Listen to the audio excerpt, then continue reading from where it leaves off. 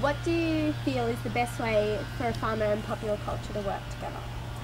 Well, coming at that question, I think that popular culture and farming are really already together. They can't coexist without each other because it's the farmers that feed popular culture.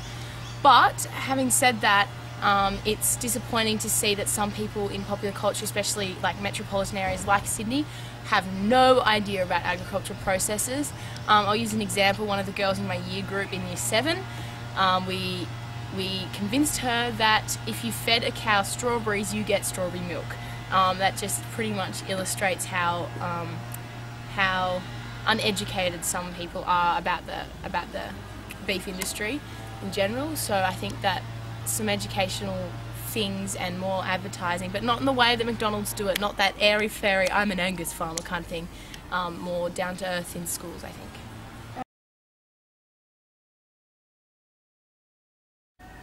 Why are your family and you motivated to work in the beef industry? Well, that's kind of a question, like if you ask a teacher, why are you in the education industry, because it's really a personality thing. With us, particularly in our situation, and I know with a lot of other farmers, it's a family thing. It's been going on for many years, and the farm gets passed down, or just the practice of farming, or beef farming is just handed down. In our case, we've been in the same area since 1885, I believe. So that's a long time of the Donaldsons in the Boggabri region.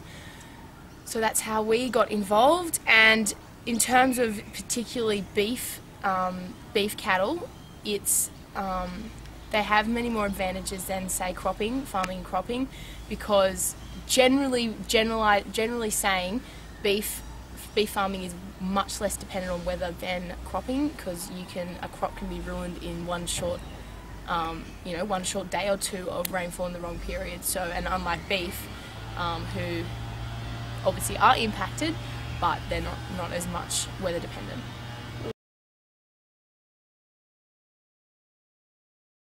Okay. Why is the beef industry important to you? Because we eat it. It's obviously a matter of food production, food sustainability, food security, and the rest of the world eats it.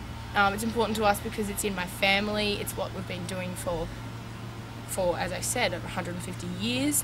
So it's basically yeah, important to you because you've been doing it a long time. Yeah, and also because I think it's important to the country in general, because we, in a nutshell, farmers are land managers. We manage ecosystems, we manage biodiversity, and I think without farmers, then that's where the risks are going to come. Good farmers will do an equally good job as national parks and all that sort of stuff, but they will utilise the land as well. But that's generally speaking. There are bad farmers out there, but that's what the aim of good farmers is, and they'll do it a lot cheaper than the government too.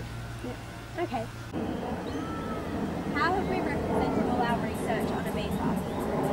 I think Abbotsleigh's done a range of methods to represent all different things about our cow, and we've really tried to capture the idea of everyone in society working towards sustainability. So we've got research with that purple research lady looking into new technologies and working with businesses. Then we've got politician, because obviously we need to have legislation passed. Then we also have the farmer, obviously at the heart of the beef industry, and they have a huge role in land stewardship and making sure their practices are sustainable. And then we finally have the schoolgirl or the student or youth in general,